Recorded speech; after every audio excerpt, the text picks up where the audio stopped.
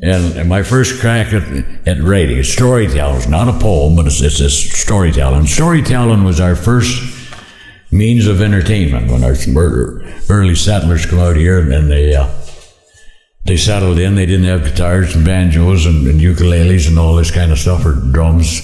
They come in with a bag of sugar on their back and some flour and a hatchet and struck out a life. And as they got storytelling, they would sit around the fire at night and tell stories.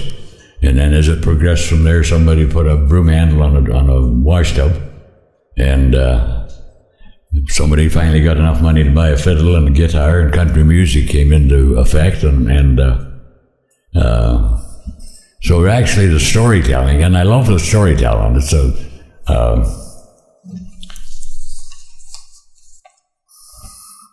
tell me what you think of this one, because this is my first crack. Jump up beside me here and ride for a spell. Let me tell you what happened to me, about 10 years ago. I was walking this same road, see, and had lost my wife and 2 fine boys in a fire down east of Napanee. Well, sir, I drank the farm and pretty much turned to bumming. Britches and ditches and pretty much become my home. Weren't paying much attention, see, and the noise kind of startled me some, when up beside me come the prettiest little dapple gray that you ever did see, and an old rickety buckboard, and the prettiest little thing driving that you ever did see. And you know, that old horse, he stopped right there. He wasn't going nowhere, nohow. No, sir, I swear to God, that old horse turned and smiled. I jumped up and said, "Morning, ma'am, my name's Gary," and she said, "My name's Pearl. Nice meeting you."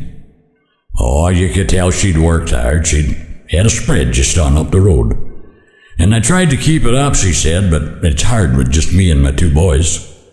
She lost her man in a mine explosion just up north of Coe Hill, and well, I gotta be hard for a woman all alone like that.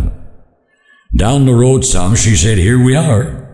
Well, you could see there weren't no man around. Fences down, roofs bad, shutters half hanging, weren't no stock that I could see, and she woed up at the gate and said, "This is as far as we go. Been nice meeting you." Well, sir, that old horse took off a hell of hootin', through the gate, past the house, round the shed, up to the barn door, and there he stood. Well, she said, "Ben's a pretty good judge of character, so I'd like you to stay for supper." "It won't be fancy, only if I can work it off," I said. Well, she said, "You bed down and I'll get supper." You know, I put Ben away, and I swear to God, that old horse smiled. Had me a feed like I hadn't had in a long time. "Please just call me Pearl," she said. "You're welcome to sleep in the barn." I said, "Thank you, Pearl. Sure do appreciate it." So I bed down in the barn and spread out some fresh hay and found some oats and gave Ben 2 great big handfuls. And you know, God is my witness, that old horse turned and smiled.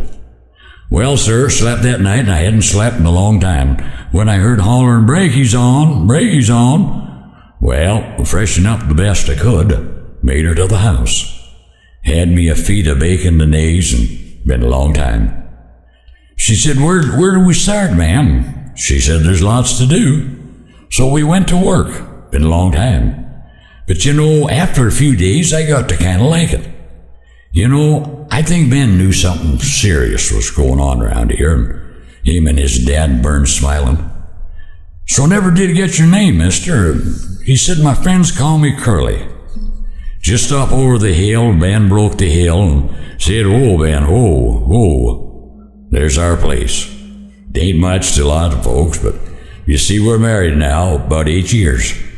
House and barn's all white, and the roof's as black as coal. And them fences all white, and shutters back, and windows tight, and that corn grain and them cattle grazing, she's all ours. Got me a wife and 2 fine boys that call me Dad. They even got me going to church every Sunday. You know, every time we pass that old pine tree where I picked you up, every time I swear to God, he turns his head and smiles. You know, Curly, God does work in mysterious ways, 'cause I owe my life to God Almighty, a wonderful wife, and that old apple gray named Ben.